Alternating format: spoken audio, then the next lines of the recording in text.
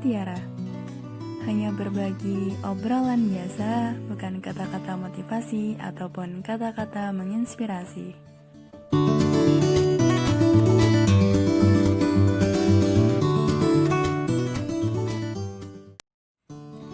Hai, ketemu lagi di podcast EduTalk episode 1. Kayak yang udah aku bilang kemarin, aku gak bakal sendirian. Bakalan ditemenin sama salah satu temanku yang berasal dari Indonesia Timur. Di podcast sebelumnya udah bahas sedikit tentang permasalahan pendidikan di Indonesia Timur kan. Nah, kali ini kita dengar langsung dari mahasiswi asal Indonesia Timur. Tepatnya dia dari Sumba, Nusa Tenggara Timur yang menempuh kuliah di Yogyakarta. Kita bakal dengar langsung cerita kondisi pendidikan di Sumba itu kayak gimana. Sebelumnya aku kenalin singkat dulu ya tentang temanku ini. Namanya Agatha, asalnya dari Sumba dan lagi menempuh kuliah di UPN Veteran Yogyakarta. Kesibukannya dia ikut salah satu organisasi di jurusan, terus juga lagi jadi sekretaris angkatan di jurusan Administrasi Bisnis UPN. Oke, nggak usah lama-lama lagi ya, kita langsung sapa aja. Hai Agatha, boleh nih kenalan sama pendengar podcastku. Perkenalkan, saya Agatha Debrawayo. Saya biasa dipanggil Agatha. Saya berasal dari salah satu pulau di Indonesia, yaitu Pulau Sumba. Sudah ada yang tahu Pulau Sumba letaknya di mana? Cuman pernah lihat di peta, Gat. Nah, sedikit perkenalannya, karena banyak yang tidak tahu Pulau Sumba itu di mana. Ada yang sering bilang Pulau Sumba itu di Sumbawa. Jadi Pulau Sumba itu bagian dari Provinsi Nusa Tenggara Timur. Pulau Sumba itu terdiri atas 4 kabupaten. Ada Sumba Barat Daya, Sumba Barat, Sumba Tengah, dan Sumba Timur. Jadi saya tuh tinggalnya di Sumba Barat. Oh oke. Jadi beda ya Gat antara Sumba sama Sumbawa. Kalau Sumba tuh di mana? Kalau Sumbawa tuh di mana sih Gat? Jadi beda ya Sumba sama Sumbawa. Kalau Sumbawa itu di Nusa Tenggara Barat, sementara Sumba di Nusa Tenggara Timur. Oke, langsung aja ya Gat. Aku mau tanya nih, gimana sih kondisi kegiatan pembelajaran di Sumba itu berdasarkan pengalamanmu selama SD sampai SMA mungkin?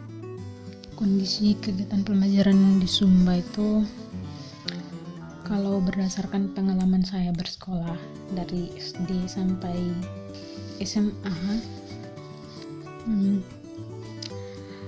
metode pembelajarannya yaitu guru mendiktekan atau menulis di papan tulis materi yang mau disampaikan, lalu murid menyalin.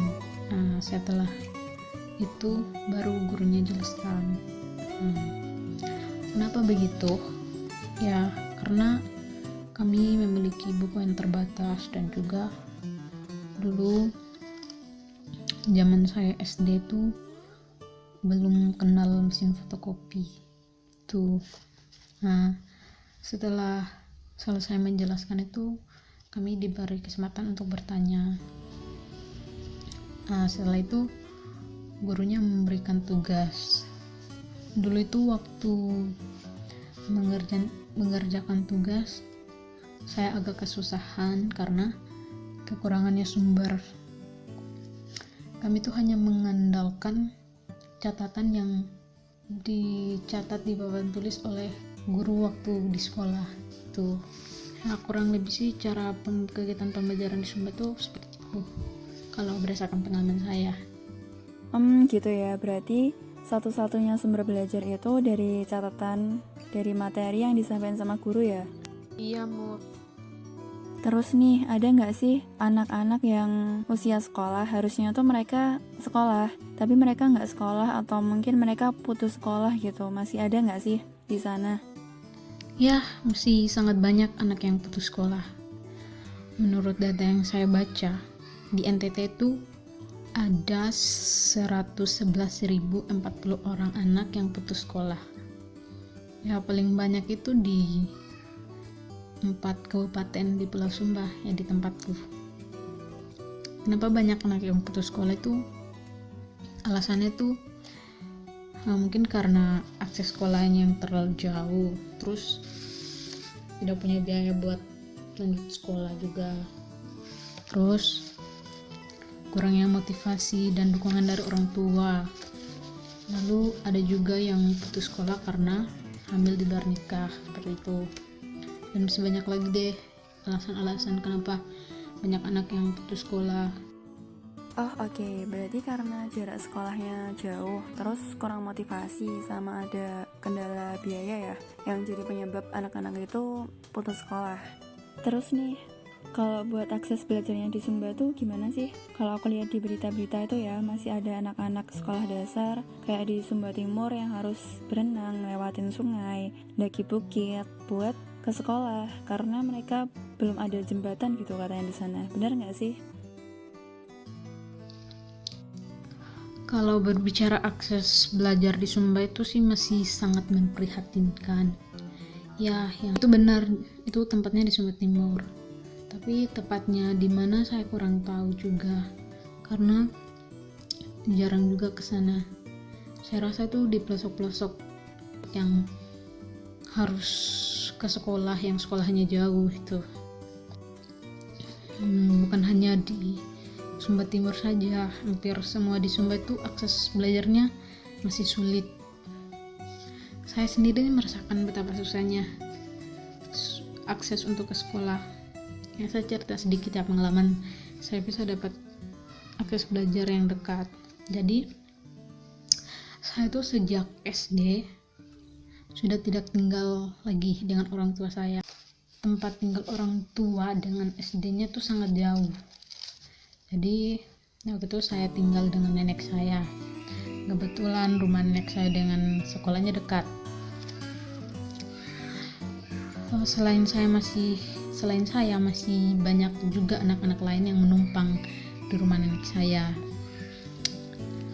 Tinggal di sana memang tidak bayar dan juga makannya free. Tapi sebagai gantinya tuh kami harus bekerja ya pekerjaan rumah gitu dan lain-lain. Karena saya cucunya bukan berarti saya jadi anak emas. Tetap bekerja juga sehingga saya tuh tidak fokus belajar, waktu belajarnya juga sedikit. Bayangkan aja pulang sekolah saya harus membantu mengerjakan pekerjaan rumah seperti masak, cuci piring, ambil kayu bakar, tumbuk padi.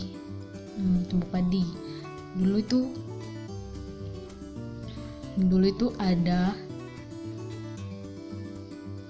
itu belum ada mesin, jadi untuk mengubah padi jadi beras tuh harus ditumbuk menggunakan alat tradisional namanya tuh lesung. Dan masih banyak lagi sih pekerjaan rumah lainnya yang harus dibereskan. Jadi saya tuh hanya punya waktu belajar malam hari saja. Waktu itu juga waktu saya SD itu masih pakai lampu pelita karena belum ada listrik. Seperti itu. Saya tinggal sama nenek saya itu sejak SD sampai SMP. Setelah saya tamat SMP, saya lanjutnya itu saya lanjut SMA di kota. Kenapa? Karena buat ke sekolah ke SMA-nya tuh jarak dari rumah nenek saya ke sekolah ke SMA itu sangat jauh. Di sana tuh kami untuk ke sekolah tuh harus jalan kaki. Di sana nggak ada kendaraan kecuali yang memang yang orang berada yang punya kendaraan sendiri. Kalau macam kami yang hanya hidup pas-pasan mana bisa gitu. Jadi saya memutuskan untuk lanjutkan SMA di kota. Waktu saya di kota juga itu saya tuh menumpang sama saudara saya.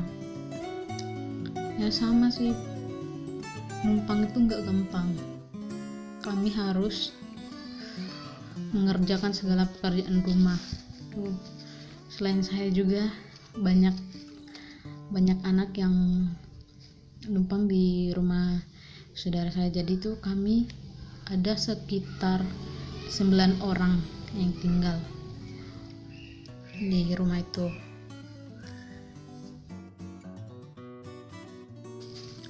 Jadi selama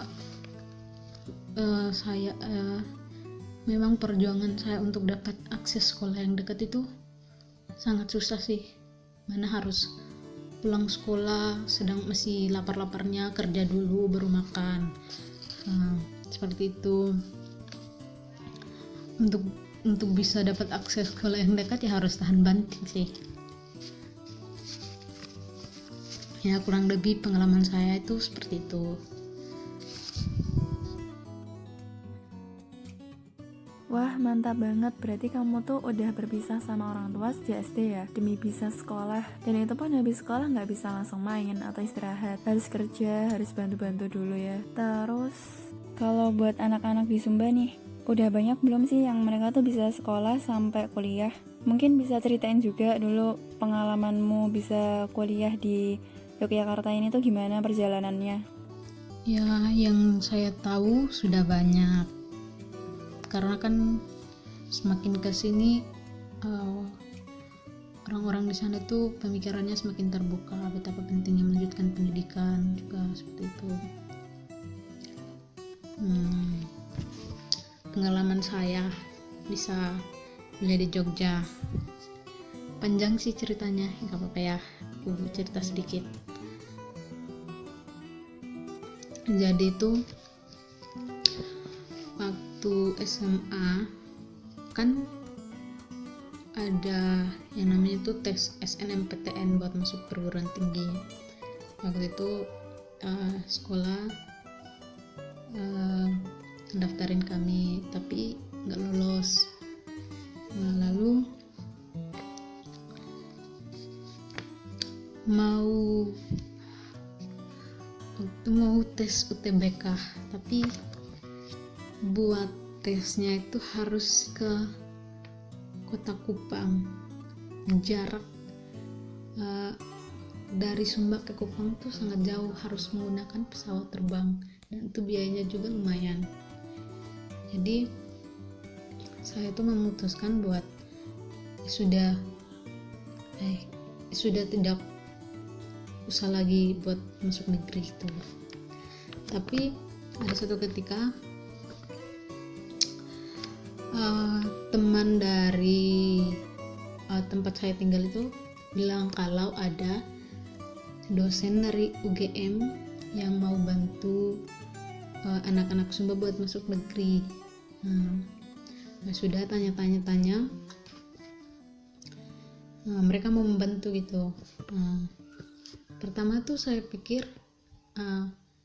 saya tuh langsung bisa masuk negeri, tapi ternyata masih banyak yang dilalui. Waktu sampai Jogja tuh saya kami ada beberapa teman saya juga yang ikut tinggal di asrama UGM. Ini yang bantu kami tuh namanya ada Pak Dijo sama Ibu Ana. Mereka juga tuh sudah pernah tahun lalu, tahun 2018 itu bantu anak Sumba dan ada yang berhasil masuk UGM sama UNY. Sampai di Jogja saya tuh belum kepikiran mau jurusan apa. Intinya tuh masuk negeri dulu supaya ya kuliahnya tuh nggak terlalu mahal. Waktu sampai Jogja pikirnya kami tuh langsung didaftarkan, langsung masuk. Ternyata kami mesti dibimbing dulu, ikut bimbel.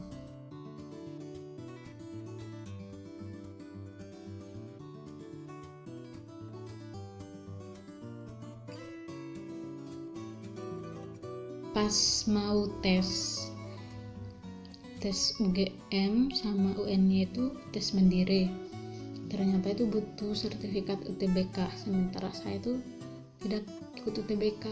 Jadi saya sudah pikir buat ya sudah masuk swasta saja, sudah terlanjur di Jogja juga, mending masuk swasta. Tapi Ibu Ana sama Kak Dibio tuh ini bilang kalau masih ada UPN. Bimbelnya sudah setengah jalan, sudah bayar juga, sudah lanjutin. Sudah lanjutin terus daftarlah di UPN, tes mandiri. Ya puji Tuhan sih keterima di UPN itu. Ternyata buat masuk perguruan tinggi negeri ya lumayan susah menurut saya, dan juga butuh biaya banyak. Saya waktu ikut bimbel tuh mulai pikir, oh di Jawa itu mereka tuh tidak hanya belajar di sekolah, tapi mereka juga belajar di luar seperti bimbel. Pantas saja mereka tuh pintar-pintar gitu, sedangkan kami di sana buku saja terbatas, jaringan internet masih lola, guru-gurunya juga masih belum, kualitas pendidikan juga masih belum bagus seperti itu. Jadi saya berpikir kalau merasa insecure gitu, saya tidak bisa bersaing dengan anak Jawa dengan cara belajar mereka yang seperti ini. Tapi kemarin puji Tuhan bisa lolos di UPN sih. Ya seperti itu sih pengalaman saya bisa sampai ke Jogja dan bisa berkuliah di UPN juga. Cukup panjang ya perjalanan kalian bisa kuliah ini. Sempat nggak bisa ikut SBMPTN karena harus ke Kupang, terus biayanya juga mahal kan. Tapi alhamdulillah masih ada bantuan dari dosen yang baik hati, bisa membantu kalian ke Yogyakarta dan masih berkesempatan buat masuk PTN lewat jalur mandiri. Nah kalau sekarang ini kan lagi pandemi gini nih, berarti kan harus sekolah online. Kalau di Sumba mungkin di daerahmu itu tuh udah memadai belum sih aksesnya bisa untuk sekolah online? Kondisi pandemik seperti ini tuh kan mengharuskan sekolah online. Ya, sekolah online tuh hanya berlaku di tempat yang jaringannya bagus seperti Jawa, Kalimantan dan lain-lain. Kalau di Sumba itu masih banyak pertimbangan karena di sana itu jaringannya belum bagus, terus juga banyak anak yang belum memiliki handphone, dan juga ada yang belum ada listrik seperti itu, sehingga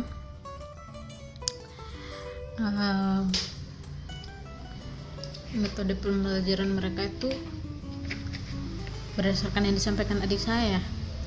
Mereka tuh belajarnya guru membuat soal, lalu guru membagikan ke murid-muridnya.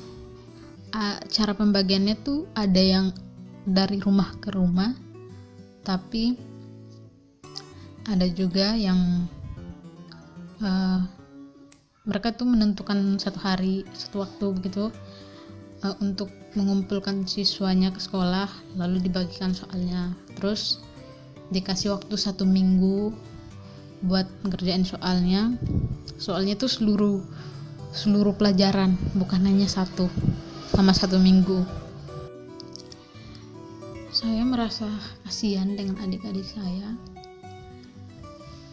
mereka tuh belajarnya tidak efektif dengan hanya dikasih soal lalu dikerjakan, karena buat mengerjakan soal kan harus butuh sumber, harus butuh catatan. Nah, ini guru tuh hanya kasih soal, tidak ada materi. Bayangkan mereka mau mengerjakan seperti apa. Ya, ada yang lain bisa mengerjakan karena bisa lihat internetnya, itu kayak kalau yang punya HP. Sementara yang tidak punya bagaimana? Kasian banget kan. Mereka mengerjakan soalnya harus menggunakan pikiran mereka. Mereka juga kan pasti ada yang malas mengerjakan karena nggak tahu mau dapat jawabannya di mana. Seperti itu. Jadi kasihan banget adik-adik saya. Mereka itu harus mengerjakan soal dengan berpikir ya, seperti itu. Bukunya juga terbatas. Bagaimana anak-anak di sana itu bisa pintar tuh. Masih cukup sulit ya untuk sekolah online di sana, termasuk adik-adikmu sendiri juga ngerasain itu. Terus kalau soal guru nih, ketersediaan guru di Sumba itu udah banyak dan tercukupi belum sih? Menurut saya kalau ketersediaan guru di Sumba itu masih sangat kurang dan harus lebih banyak guru lagi untuk sekolah-sekolah di Sumba. Itu harus guru-guru yang memang basicnya SPD seperti itu, karena banyak yang tamatan SMA saja yang mau bagaimana buat lanjut sekolah nggak punya biaya seperti itu. Berarti masih ada guru yang belum sarjana pendidikan ya. Terus sama ini nih, kalau fasilitas sekolah di Sumba itu udah baik semua atau belum? Fasilitas sekolah di Sumba ya masih, saya rasa masih banyak sekolah yang membutuhkan sarana prasarana, karena ada beberapa sekolah di Sumba itu yang atapnya nggak ada, masih beralaskan pasir, kekurangan buku semua seperti itu. Jadi saya rasa itu kondisi sarana prasarana di sana masih sangat kurang. Paling fasilitas yang harus utama dipenuhi itu menurut saya sih buku, paling penting buku, karena anak-anak mau belajar bagaimana kalau tidak ada buku. Coba. Oke, jadi buku menjadi hal yang paling dibutuhkan ya. Terakhir nih, mungkin bisa sampaikan sedikit harapanmu sebagai anak Sumba untuk pendidikan Sumba ke depannya. Harapan saya sebagai anak Sumba untuk pendidikan di Sumba ke depannya adalah pemerintah lebih memperhatikan pendidikan di Sumba saja, memberikan fasilitas yang memadai, merekrut tenaga pendidik yang bermutu dan sesuai bidangnya, karena tanpa semua itu pendidikan di Sumba akan tetap tertinggal dan tidak akan bisa bersaing dengan pendidikan di Pulau Jawa. Ya, harapan saya hanya itu saja buat pendidikan di Sumba ke depannya. Wah, oke, mantap nih. Jadi gitu ya teman-teman, kita bisa dengar sendiri kondisi di Sumba itu kayak apa dan cerita yang dialami sama si Agatha ini, yang dia tuh benar-benar harus berpisah sama orang tuanya sejak SD ya sampai sekarang kuliah.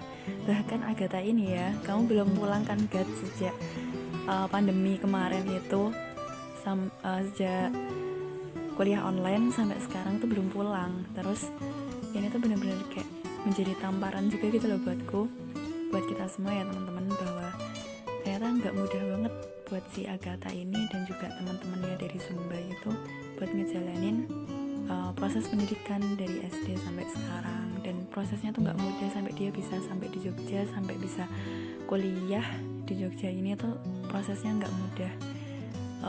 Kalau keinget ya dulu waktu aku SBMPTN mah deket-deket aja dari rumah, cuma sekian menit naik motor, pilih tempat ujiannya juga banyak gitu. Nah kalau Agatha ini harus mikir berulang kali karena harus ke Kupang dan itu biayanya lumayan mahal. Ya oke, makasih ya Agatha udah menemani aku ngobrol bareng di sini di podcast aku. Kita cukupin sampai di sini. Buat teman-teman terus ikuti podcast Kata-Kata Mutiara selanjutnya ya. Sampai jumpa di podcast Kata-Kata Mutiara.